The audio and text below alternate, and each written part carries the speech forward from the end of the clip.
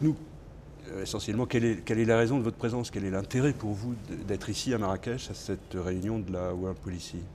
Alors c'est la deuxième fois que je participe à la WPC et je dois dire que pour moi c'est très intéressant parce que bon, toute l'année dans la vie quotidienne en tant que président d'Oseo, moi j'accompagne les entreprises qui innovent, qui exportent, qui vont à l'international et qui investissent. Mais on a le nez dans le guidon.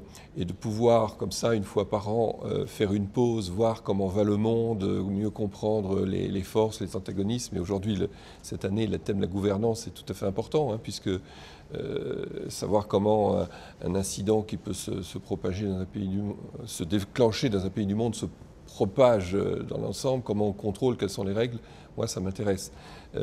Ça me fait sortir le nez du guidon et donner du recul.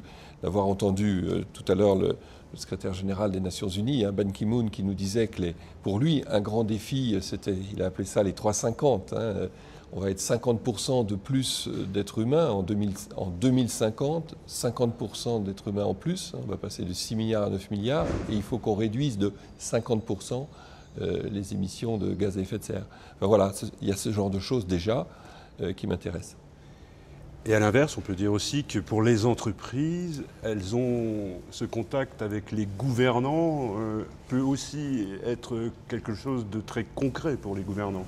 Oui, tout à fait. Et c'est aussi l'occasion de nouer des contacts. Moi, je vais prendre des contacts avec.